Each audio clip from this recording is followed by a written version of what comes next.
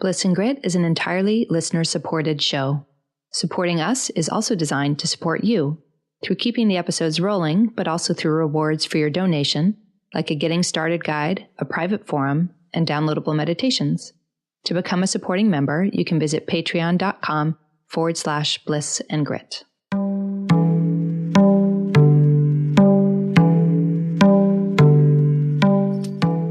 Hello, beautifuls. You're listening to Bliss and Grit. I'm Vanessa Scotto, and I'll be joined soon by my dear friend and my co-host, Brooke Thomas. On the show, we're having conversations about the awakening spiritual path. And what does that even mean? What is a real evolution of our lives? How do we ultimately embrace everything? The beauty and the crazy, the joys and the messes, the bliss and the grit that is a human life. And this week, we're taking a deeper look at judgment. We're all familiar with the voice of the inner judge that's habitually dissecting people, situations, or even ourselves. This judge may be obvious and critical, or it may be more subtle, showing up as the voice of the great advice you give others in your mind on how they should live. Either way, it's useful to explore, how is judgment impacting you? What is it serving and creating? And most interestingly to us, what would life look and feel like if we lovingly release the habit of judgment through things like love and forgiveness? This conversation focuses, of course, on our own personal exploration of how and why releasing judgment has been important to us in our process these days, as well as cover some forgiveness teachings that were shared with us by Matt Kahn. If you're enjoying the show and you find it benefiting you, there are a few ways you can help support us, which we'd so appreciate. One way is to become a Patreon supporter. We've chosen not to have advertisers on this show, so by becoming a patron, you can help us keep providing these episodes that we so hope uplift your world. Also, you can leave us a review on iTunes. This helps more people find us, and it just feels great to get. Lastly, you can head on over to blissandgrit.com and subscribe to receive our blog and weekly digest, to find out more about becoming a supporting member, or even to find out more about our private practices, since Brooke and I both do see clients for coaching. One last thing before we head into the conversation, just in case you're new to the show. From time to time, Brooke and I have been known to curse, so if you're in mixed, non-swearing company, you may want to put in headphones. Okay, everyone, here we go.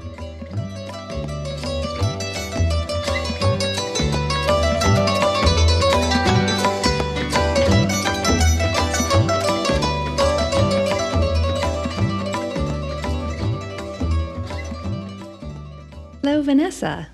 Hello, darling Brooke. In our pre-episode call, where we're seeing what we're on about, it's always fun when we discover, as we almost always do, that we have similar things playing along in our minds. So, yeah, similar beautiful explorations. Yes, similar lived inquiries. And the thing that I had written down as a potential topic last week, which I didn't bring up to you because we had something else that was juicier, but it's something I'm really playing with a lot. And exactly as I wrote it, it was, well, what happens if I let go of all judgments? And I've spoken about it on the show before, like one of the ways that I am conditioned, one of the things that my ego does well, and I am far from alone here, but it's just one of the flavors of me, is being judgmental. And it's a way that, as all of these things are, it evolved as a way of feeling safe. If I can judge the people out there, the world out there, and the large issues, but I'm also talking like that moment, the person in the restaurant next to you who's chewing with their mouth open, like those, I'm talking about those kinds of life details, that my mind would move very quickly to be judgmental. And that has been falling away through this whole, process. And just in the last couple of weeks, like it's really, I'd spoken to this a little bit before, but there's these subtle layers where it just feels really different than the very obvious, more, to use body worker speak, extrinsic layers of tissue. It's more intrinsic layers of tissue. That I really can sit with, like, oh, okay, where are the places where this is left? Because it's not something I do that much in a like gross, obvious way, but it's happening plenty, like way deep layers towards myself, undoubtedly. I could write a book on being conditioned in what's wrong with you, what could you be doing better, as could, I think, all of us, but like getting really intimate with like, wow, most of what my mind does is tell me what I'm doing wrong or what someone else in the world is doing wrong. And this isn't shocking information to any of us who listen to shows like this, but as I get closer and closer to it, what gets interesting is, oh, okay, well, if it all goes away, like let's just say hypothetically, it's all gone. There is no judgmentality left in me at all. What does that look like? And what I discover as I continue to feel into that is what that looks like is unconditional love. It's the only place left. If there's not judgmentality, it's unconditional positive regard. And I don't mean that in the like, it's all amazing, like everyone's amazing, although everyone is. That you can acknowledge the shadow, you can acknowledge the darkness, you can acknowledge weird patterns in others and in yourself. But if there's not a judgmental quality to the noticing, it becomes greeting the self and the world in this completely undefended, wildly open-hearted way, which to my separate self is scary. That's the whole reason why I developed this method of judging self and other. But to my deep being, it's really exciting. It's the final frontier. It's what I want, is to be able to live in the world with like deep love and unconditional love for the world and in the world. So it's cool, like to see that and feel it and be like, oh, that's what I've been wanting. So it's like permission to continue to just notice when judgment runs its program, and that when it lets go, that might feel unfamiliar, but the something else is a real treasure for me. It's the way I would love to live this human life. That would be amazing. It'd be really pleasurable to me personally. I think it would also be pretty handy in the world to have more people behaving in that way. Gosh, there's so much we could say about judgment, right? I mean, judgment as a reflection of what you believe about yourself, judgment as a defense mechanism of the separate self, as you pointed out, right? There's so many things we can say about judgment. So I'm excited to see where this conversation goes. Recently, I was working with somebody who was supporting me in and getting a closer look at some of the belief systems that have been structuring my unconscious, right? And therefore structuring my reality. And I forget what they even corrected me on or like pointed out that I had misunderstood something. It was something quite innocuous, quite simple. And I got like really embarrassed. And they were like, what's the problem here? Like, what's you so embarrassed about, right? And I was like thinking, what am I so embarrassed about? Actually, the person I was talking to didn't have a judgment for me. There was no danger. There was no problem. I mean, even if they had a judgment, what's the problem, right? Mm-hmm. I made an error. But inside, it was obviously different, right? Hence the arising of embarrassment. And it was almost like I didn't know the judgment was there. I just knew the embarrassment was there. And then when I got closer to the embarrassment, I could see behind the embarrassment there was a judgment that I should naturally, quote unquote, I should be able to have done this differently. And because I didn't, I did something wrong, something embarrassing, right? And heaven forbid, keep filling the blanks. And that was interesting. It's not that I'm unaware that sometimes I judge myself, but so much has resolved that to have that come into like full relief, I'm like, oh snap, that mechanism's still running there, huh? And not just running, but I think I just haven't seen it because so much has cleared that it's like now I'm at that next level. Yeah. And going, oh, wait a minute. There's still something in this operating system that is hooked into an old belief, right? That I have to ... or else, ... And the embarrassment was the reflection of that. So that was kind of curious. And I started thinking about judgment and I started thinking about forgiveness. I think the woman had said to me, oh, you should forgive yourself, yada, yada. And I thought, oh, I've done that. I mean, I don't hold anything against myself. And then, I'm on our Instagram page and out of the blue, I shared something from a quote from the Course in Miracles, which is unlike me. I haven't read the Course really. I'm a little familiar with it. I think you're a little familiar with it too, right, Brooke? Mm-hmm. But neither of us a whiff. Are very practiced. Yeah, just a whiff. We're not very deep into it. But I shared a quote and someone said, one of our listeners on the Instagram page was like, I love A Course in Miracles, yada, yada. This is the book I really like, and like pointed me to a resource.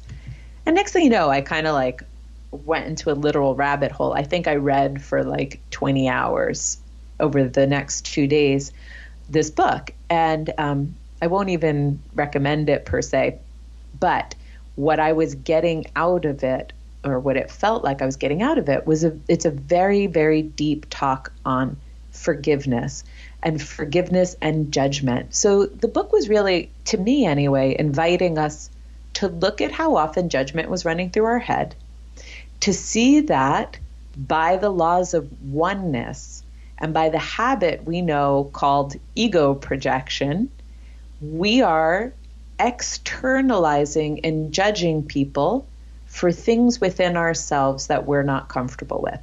Now, I never take that to be absolute, in part because I've never done the personal exploration around it, right? Like you had said you have seen that every time, Brooke, and yeah. I'll let you obviously speak to that yourself. But I've never like sat down and really, really got into it. Like, is that judgment? Oh my God, is that me? Is that me? Is that me?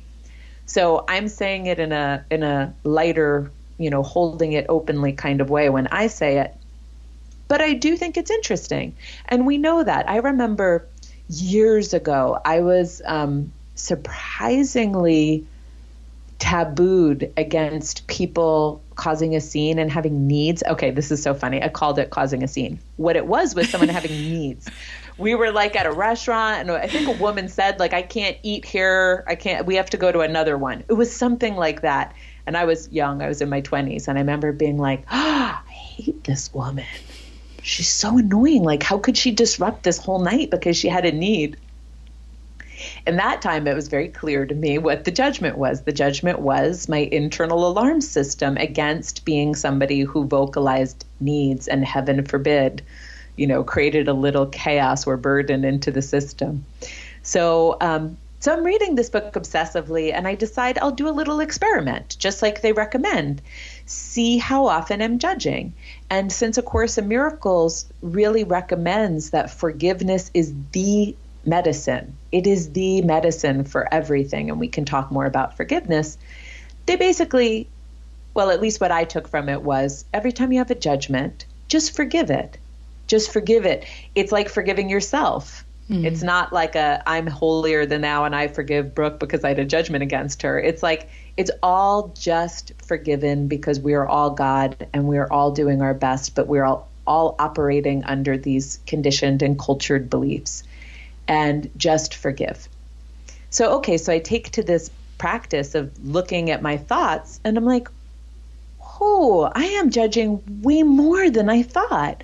But like the simplest things, like you might judge like, this shampoo is so shitty. Why does this person use this shampoo? Or I was saying to Brooke earlier, I watch reality TV. I mean, I'm judgment central when I watch that. And then forget, judging myself or judging the person who cuts you off in traffic, or, if you really pay attention to the quality of your thoughts, I was like, this is just definitely more of a thing than I thought it was. Mm-hmm. And so maybe we can continue to talk a little bit about judgment, and I want to stop so you can jump in with whatever thoughts you have, but then don't let me forget to read Matt Kahn's quote about judgment. Mm-hmm.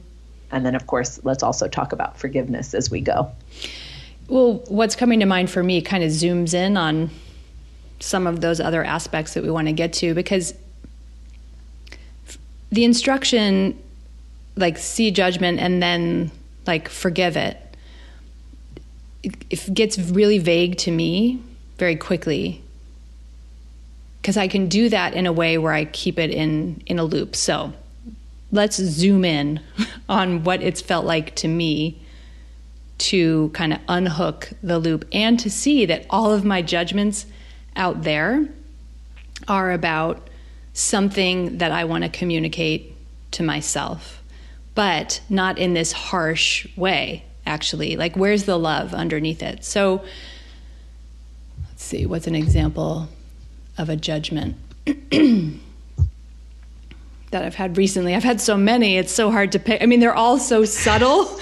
And like, because this is my inquiry right now, it's like looking at like a pointillism painting, I'm like, which of these little dots do I want to pick out? I know.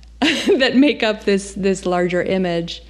Okay, so let's say that, like, right now I'm dealing with an office situation that's had a fair amount of chaos it's a little bit of a melodramatic word, but there's going to be construction, your wall's going to disappear, and you have to go across the hall, and like, oops, the electric broke in that room, and oops, the heat broke in the third temporary office, blah, blah, blah. And there's a number of people. It's a wellness center. So needless to say, there's a certain amount of cranky pants going on for all of us. And I catch, of course, me thinking towards some of the other cranky pants people in the space who I love and adore. But this is the way I notice judgment a lot of the time. If I catch myself caught in a mental loop where I find myself vigorously giving somebody very specific advice in my head. It's so funny that we do this whole thing in our head. It's so funny. And like the conversations can be so ongoing. Oh, it's just so funny. Because like judgment, you say like, oh, judgment. And it's, even though I am aware I have judgmental qualities, I wouldn't describe myself. My ego would not describe itself as judgmental, because every ego knows judgmental is bad.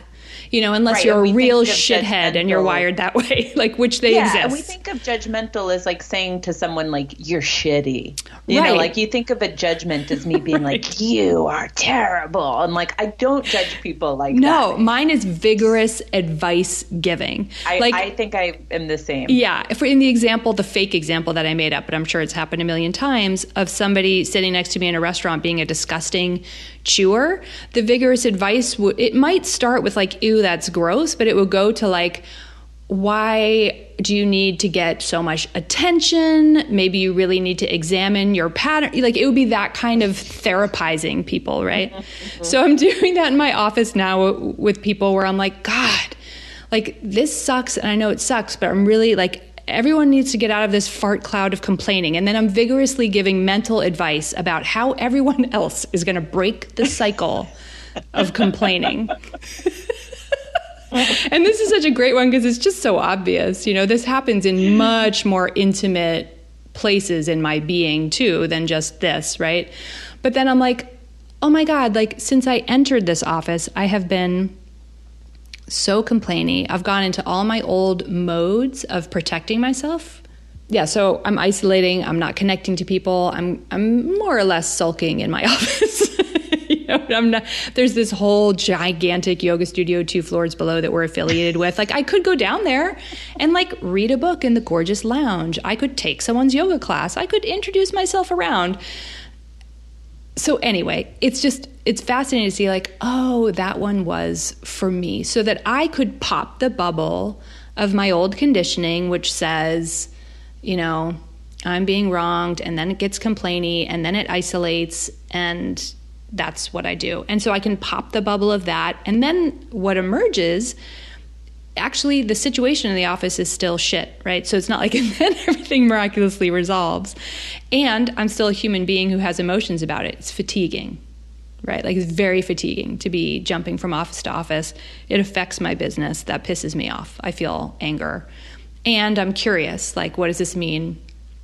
As I know energetically, I'm wanting to step out of Rolfing into coaching. Like, so it can elicit all of those things, but it also just brings up the very bare basics opportunities of like, you could participate in the community that you are newly a part of, and it might like make you feel better about the whole thing, because you'd get some of the perks instead of just the downsides.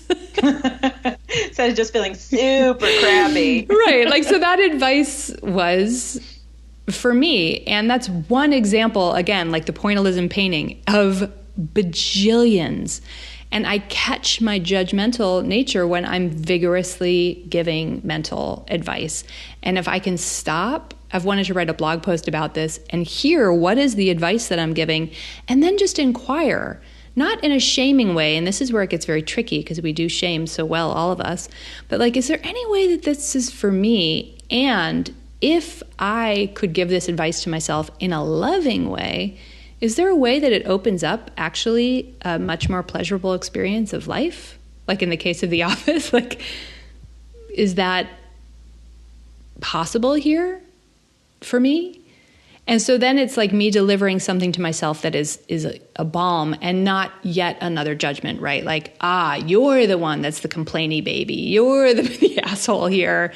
You need to, put on a smile. And no, like, it feels like opportunity and not like some new task I'm handing to myself. I know. I think that's a really good way to describe it. The diatribe of advice that goes on in the head as being a judgment, because that's often what it sounds like. And it can sound like even sweet and caring, right? Like, oh, yeah. I could be watching reality TV and like, poor baby, she should really stop picking men like that, Yeah, like, I think that for those of us who are helpers, it has a little bit more of a therapy quality. No, really, we just want to know, we want you to live your best life. Yes. I'm not being judgy. I care about you. Yeah, and it keeps, like you were describing, it just keeps whatever we could call the old mechanism. I don't know why I'm using that particular language, but this ego mechanism running. Let me drop a bomb on you, shall I? Please. It would be my great delight. Well, this is going to tie together both ends of the conversation, but here's the bomb I'm going to drop. This is a quote from Matt Kahn, and he says, "Judgment is the withholding of forgiveness of those in pain." Judgment. That is next level stuff. Is the withholding of forgiveness of those in pain. I want to add to this. He said, I can't remember this was something he said live when we were at an event, so I can't remember which one it was, but he said earlier in this talk, if you judge, you are afraid to love that which you judge. You are afraid to love that which you judge. So in those two statements, it makes me think of part of what you were saying, Brooke, that judgment can be a defense mechanism. So in this case, what Matt Kahn's words could point out to us is, I am not safe to be open to this experience, to this person, to this energy within myself or out there in the world, right? I'm not safe to be open to it. So it's like the safety mechanism is judge it and keep it separate and keep it at a distance, or judge it so that you won't repeat it again, right? Whatever the case is. But I'm afraid to love that. Now, we can keep dissecting that because you know how certain teachings will point us to it's either fear or love? Mm-hmm. You know, you're either in fear or love.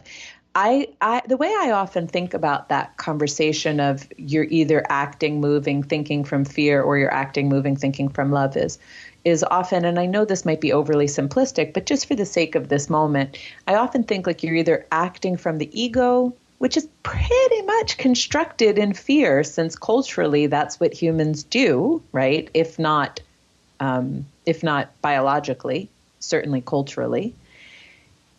Or you're choosing from the soul. You're choosing from awareness. I like the word soul, but y'all can fill in the blank for what word you like, awareness or self or higher self. So when you start to like look at it, you're like, okay, that's where people, including the Course in Miracles, including Matt, say forgiveness invites a choice. So let's say we're judging ourselves, let's say we're judging others, let's say we're judging life, that we have a choice. We can either stay in the energy of separate self, fear of being open, and fear of loving something. Or we can make a different kind of choice, a choice that comes from a different level of consciousness, to be open, just like the question you posed at the beginning, to love. And forgiveness is just a motion of that. It's one version of that, and we can talk more about that itself. So I think, that's kind of interesting, right? I remember in my notes when we were going through that event with Matt, and he was covering this, I wrote, I'm afraid to love that which is manipulative. And I suppose what I was feeling at the time was that one of my judgments, one of my little, here's what you should do with your life texts that would come up, is if I perceived someone out there as being manipulative. And it could be just trying to manipulate someone to get love or attention, not even the sociopathic kind. I just meant like manipulative. And so then that was really interesting. I'm like, oh, you're right. I'm scared to love that. That's been an energy in my life that I labeled as harmful, right? So one level of this judgment is I want to keep separation. I want to close off and say no to manipulation. Side note is I also am manipulative, but innocently manipulative, good person, benevolently manipulative. But of course, it's like I don't tell my parents all of what I believe in because they won't agree with me and we'll have to get into a fight and I don't want to, so I just hide it. That's a version of manipulation. It's innocent. I'm not, saying people shouldn't do that or anything, but there's like those two pieces. I've been harmed by manipulation, so I judge it so that I don't love it and I don't open up to it and I don't make space for the existence of this field of energy in the world, or at least that's what I think I'm doing by judging it, right? And on some level, that also was within me. It's almost like what I was harmed by was being replicated by the conditioning that was created in my brain. Mm-hmm. So then we get to this part of what I started with. Judgment is the withholding of forgiveness of those in pain. Well, whether someone's being manipulative or whether I am being manipulative, it's fair to say someone's in pain here, right? And by pain, someone's in pain, maybe some context, at least the largest context we could use is someone doesn't know the magnificence of their own existence. Because if someone knew, it's like what you were saying you intend for yourself in the world, Brooke, right? To walk around completely open. Yes to love, always yes to love, always aligned, always open, right? if you knew you were the magnificence of existence fully and completely without even a doubt, it was this surety. Yeah, I think you would have a much easier time showing up in ways that are not manipulative in this case, right, is the example that I was using. Of course, what would you need to manipulate if you knew you were God? Nothing, right? Right, because there's no am I getting the approval I need? Am I being seen the way I need to be seen to feel safe? All that stuff. All that stuff. So I wouldn't do it if I knew I was the light of the world, and no one would do it out there. So I thought, well, that's really interesting. Judgment's the withholding of forgiveness of those in pain. And so then the question becomes, the choice becomes, whether we are judging someone outside, something outside, or something within us. Do we make space for it? Can we, in this case, we're using the words forgiveness. Can we forgive it? Can we welcome it? And that's a really interesting question. Yeah, and it gets into the territory that you and I always make sure to say, what does that look like? Does that mean that I want to spend time with people who are profoundly unconscious and harmful? No, I don't want to do that at all. What's interesting is that when I was a more contracted, separate self, more identified with my ego and not so in touch with my soul, I wound up with those people around me more, which is interesting, because discernment is different than judgment, and discernment is something that actually comes from the voice of your soul. So the more we're in touch with soul, deep being, whatever you want to call it, source, discernment's just available. So it's like you see somebody who's behaving in a highly unconscious and unsafe way. The discernment is that person is behaving in a highly unconscious, deeply unsafe way. You don't want to be with them. You don't want to hang out or have them over for dinner 4 nights a week. But this ability to love them anyway, to understand that there's a soul in there too. And there's very, very dense, very painful conditioning to the point that they are utterly offline, totally just acting out conditioning in a way that harms self and others. That, for me, has become a movement of really deep love. That's so painful. That's hell on earth. That person is living in hell on earth, and I have endless compassion for somebody living in hell on earth. And I don't want to hang out with them. So we're able to, this isn't all that kind of spiritual mumbo jumbo that you and I talk about frequently enough that I think people know this isn't what we mean, of just remove all your boundaries and, give everyone a big bear hug and kisses on the cheek. No, this is what genuine boundaries feel like, actually. They are, they're built of love instead of cement, so I can discern so much more competently and have a completely open heart towards people. And an extreme, just for funsies, I'll give an extreme example. That's a story from Byron Katie's life, but it's stayed with me since I first heard it 12 years ago, and I replay it in my head because it's just crazy train. Somebody who's this wide open, right? She was walking in the street one night and she had somebody pull a gun on her, and put it to her abdomen to rob her or whatever. And she just had this moment of oh, okay, I guess this is how it ends, when it first happened. But then, I'm botching her story, only she can tell her story. This is how I heard it. But she's meeting the moment as it is, right? So what she sees is a human being in pain, in front of her, in so much pain that they have a gun to her abdomen. She says, and fear. I just heard this story the other day. Oh, did you? That's so funny. This one is with me all the time. Interviewed with Dave Asprey. I actually, funnily enough, shared this on our Patreon page, this interview. Oh, interesting. And she said also, she just saw he was in fear.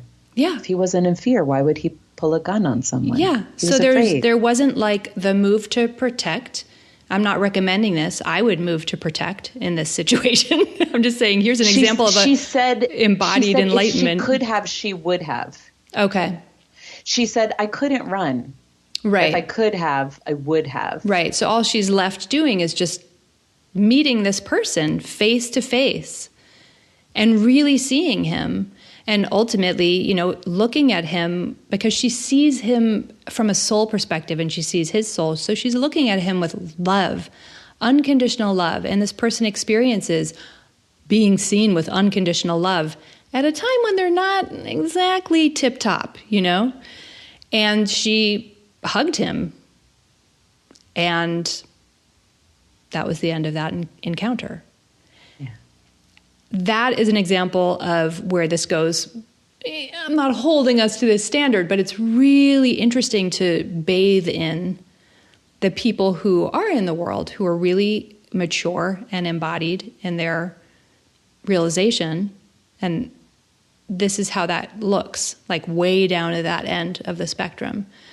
Mm-hmm. That's really interesting. That's transforming the world in a really deep way. And I can do it over here in my more subtle way. It's still transformative. Well, and who knows when a moment arises where it's as profound as that. Mm-hmm. What I've been digging on lately is just the concept of choice. That we can recognize at this point, you and I certainly can, I think a lot of people listening can, we can recognize, okay, much of what informs my reality, my thoughts, my feelings, my beliefs, is conditioned. Yeah, right? It's a form of habit, deep habit. Yeah. I am experiencing the world in large part, until I wake up out of it, I am experiencing the world through conditioning. So we understand that much conditioning is rooted in fear, right? Rooted in survival, rooted in separate self and me versus them. They just kind of come all together. So our natural instinct may be to move into judgment, or I'm better than you, or you're worse than me, or you're better than me and I'm worse than you, and all of these different kinds of energies. But I like that we can also make a choice. Like if we become aware of those thoughts coming through our head or those types of feelings coming through us, we can either allow it to flow, right? Or we can choose to align with our soul and move the way our soul would move. And if we know the way our soul would move, if our soul would move to yes, keeping ourselves safe and practicing discernment, out of that Course in Miracle book I read, they said something like, judge the ideas, not the people, right? You see them as souls. It doesn't mean what they're doing is wholesome. Right. It doesn't mean what harm they're doing doesn't is aligned. happen in the world. Yeah. For sure. Yeah, we it certainly can see. Does. Yeah. And then you can say, I don't like abusive behavior, or when men patronize women, that's not for me, right? You can say all sorts of things and recognize that those ideas are pathological and that certain behaviors are pathological, right? We're just saying, okay, see them as a human soul, and what choice do you want to make? If it's unhealthy, you move away. But inside of yourself, how do you want to hold them in your being, in your heart, in your mind? What do you want to feel inside? And I love that we can practice actually flexing a choice, because I've spent much of my time, with my background. I think the same for you, Brooke. One of the things that I think is very sweet about us and the work we've brought to the world is we have a deep practicing of bowing to everything that comes and making everything welcome, like a deep spaciousness and acceptance. But with that, I wasn't necessarily flexing my power to choose afterwards, which is the next level for me. And some people listening are already there or were there to begin with. But I got really good at the welcoming part. But this part where I can choose and say, oh, I don't want to keep reaping the energy of judgment at all anymore. Like I want to go to the zero-sum game. How do I get there? And I just wanted to read this little thing. This is from Conversations with God, and I just like it. He says, fear is the energy which contracts, closes down, draws in, runs, hides, hoards, harms. Love is the energy which expands, opens up, sends out, stays, reveals, shares, heals. Every human thought, word, or deed is based in one emotion or the other. You have no choice about that because there's nothing else from which to choose. But you have a free choice about which of these to select. And that's what you and I are talking about. That's what this fun practice that I've been using for myself is. When I observe the judgment, can I make a choice to do something different? Now, just because of what I was reading around forgiveness, and then it just so happened, I went back through some Matt Kahn notes and found a resonance in what he was teaching. I thought, well, wouldn't this just be fun to forgive this all? Like, you're absolved. Boom. Mercy. Boom. Pardoned. Boom. Zero problem here. Absolved. And that's not, the caveats to forgiveness that are funny are like hierarchy, like I am the forgiver and I'm better than everyone. That's not love. That's fear and ego masquerading. Or if you were to forgive yourself for judgment, the concurrent I'm a bad person that I'm forgiving energy, which again, not love, just ego masquerading. Forgiveness is simple. It's like your child drops milk on the floor and they look at you and they go, I'm sorry. And you're like, no problem. Yeah. Like forgiven. People drop milk on the floor sometimes. Yeah. Yeah. It's like that. It's just as simple as, or like your partner does the same thing. Like they spill water on your pants and they go, oh, I'm so sorry. And you're like, no problems. Mm-hmm. Forgiven. Pardoned. Always forgiven. No one needs to worry about this. Yeah. Yeah. And of course, the places where this is tricky by design for all of us are the places where it's going to push our most tender buttons, when it has more of a charge around it. And so forgiveness to us, like that we have more charged places and that we're not going to perfectly stick the landing and just live as love. There's a reason why this is like a deep lived inquiry, is that the embodiment of being able to live from your soul's perspective and live as love is, in my experience at least, something that happens gradually over time. And it does itself. It's not like I have to, hit the books or whatever. But that we also just need to be, the ego is so good at turning judgment into the hall of mirrors. It just like fractures and goes everywhere. If it doesn't know the feeling of forgiveness or the feeling of unconditional love. And so we can touch those feelings in our practices, like whether we're meditating or if we're, grocery store forgiveness is the funnest. Grocery store love is the funnest. I don't know these people. I don't have a judgment about how they choose apples, So it's just like an acknowledgement that we're all human beings. We're all suffering with something. We're all contracted in some way. We all have conditions and habits. We all cause harm unconsciously, hopefully unconsciously for most of us because of those habits. And so mercy. And we get better at it, and then when we get into those closer, stickier, ickier places, we just start to notice we're just more familiar. Like, what does the habit of judgment feel like when it runs? What does it feel like when I stop the program with awareness and choose forgiveness, choose love?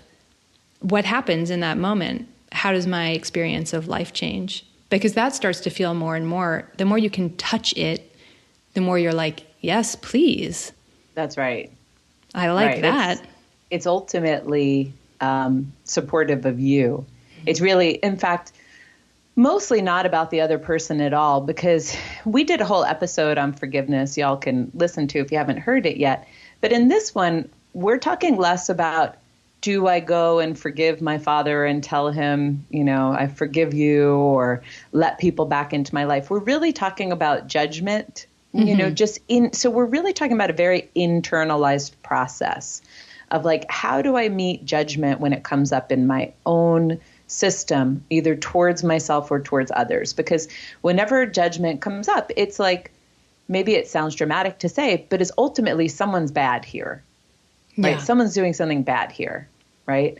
And that's just the energy field. And when that arises in your precious sacred mind, what will we do with it? How will we take it? What about when someone judges you or you think someone's judging you? One other perspective, just like that same mirror thing, is they're just showing you how you judge yourself. I don't know. Maybe just what do we do? So I think it's a really cool question. And allow me to go on a second. First, we know Jeannie Zandy's famous saying, mercy to the humans, and we love it. Why does Jeannie say that? She has a really beautiful heart, and she's a super strong woman. Ain't nobody abusing Jeannie Zandy. There is no bad behavior that she would stand for. But she sees people as souls, and that's why. Just she knows. I think understanding is one of the more powerful movements of love, of choosing love. The more I started to understand the structure that was driving some of my thoughts and deeds and words, etc., I could have understanding, like, of course I did that. If I believed X, Y, and Z, right, would keep me safe, and that X, Y, and Z, just like we talked about last episode, if I believe that, then of course I would do that. So that understanding lets us start to have mercy. And mercy is just basically like, I hope you have no more pain. Like, may your pain be ended. That's all mercy is.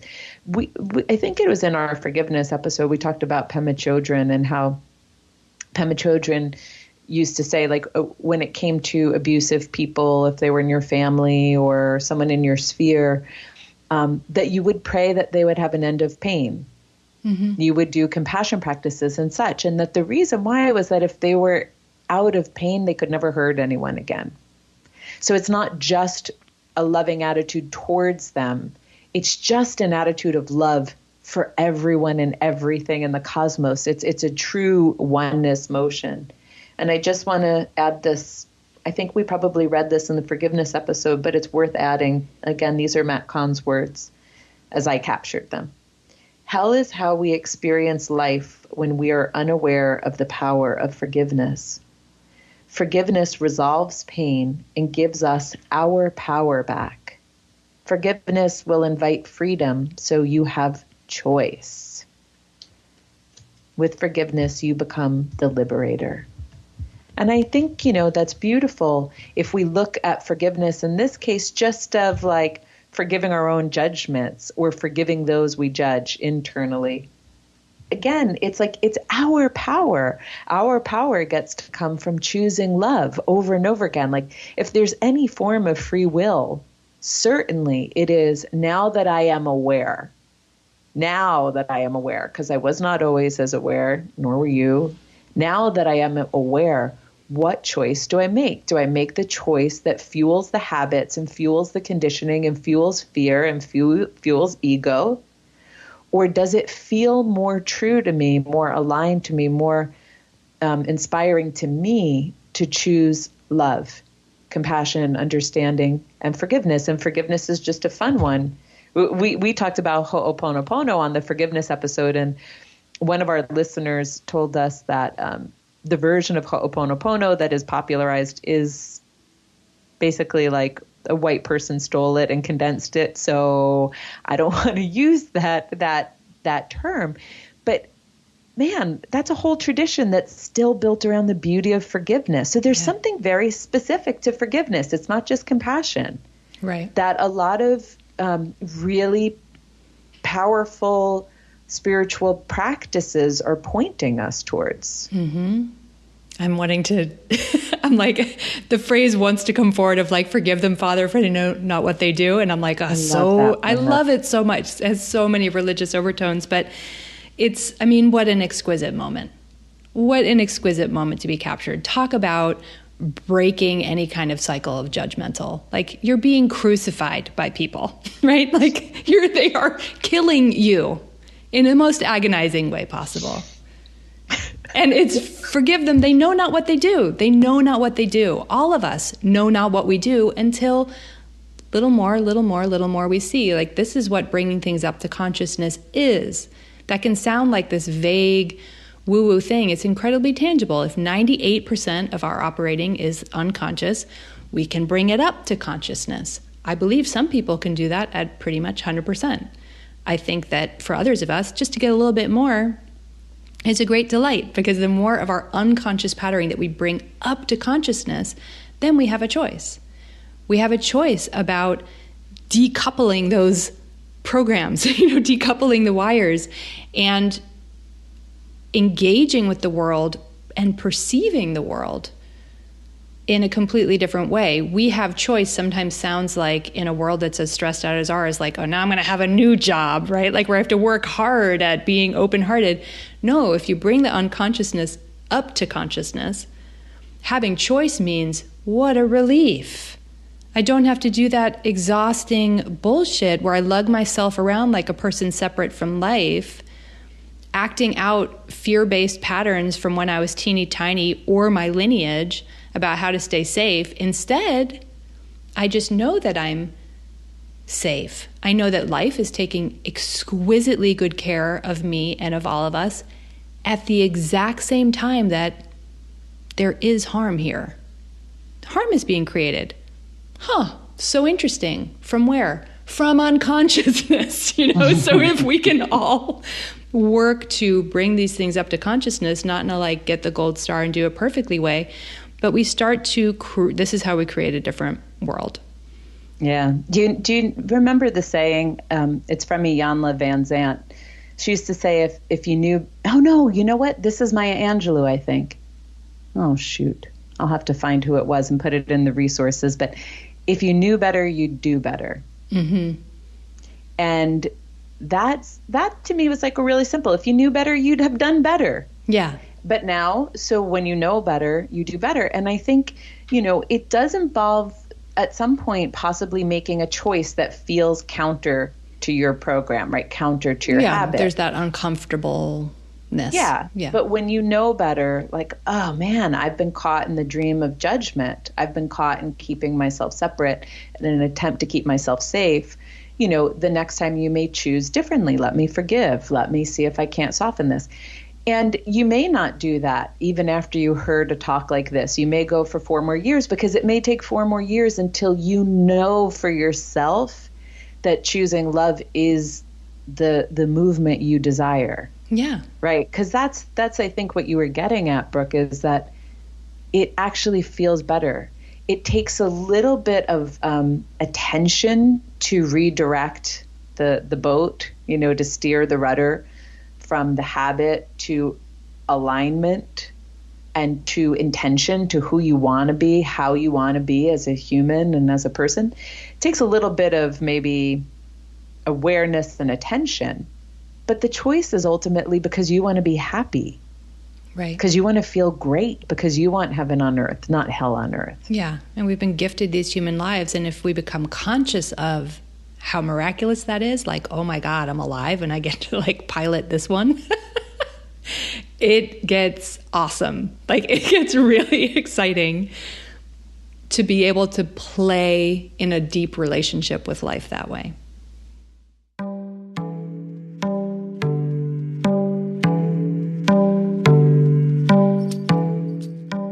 Thank you for being a part of our community and for listening to today's show. Our member platform is at patreon.com/Bliss and Grit. You can head over there, donate to the show, and also get rewards for your support. If you're wanting to engage with these topics in a deeper way, that's a great place to go for a more immersive experience. You can also come play with us on Instagram and Facebook, or subscribe on the website, which is blissandgrit.com, if you want to get our weekly digest of what we're currently loving. The website is also where you can go to get show notes, including any resources that we mentioned in today's episode. We are so grateful for the reviews so many of you have written, for the notes you send, for the comments on social media, and most especially for the membership support so many of you have graciously provided to us. Thank you all so much. Till next week.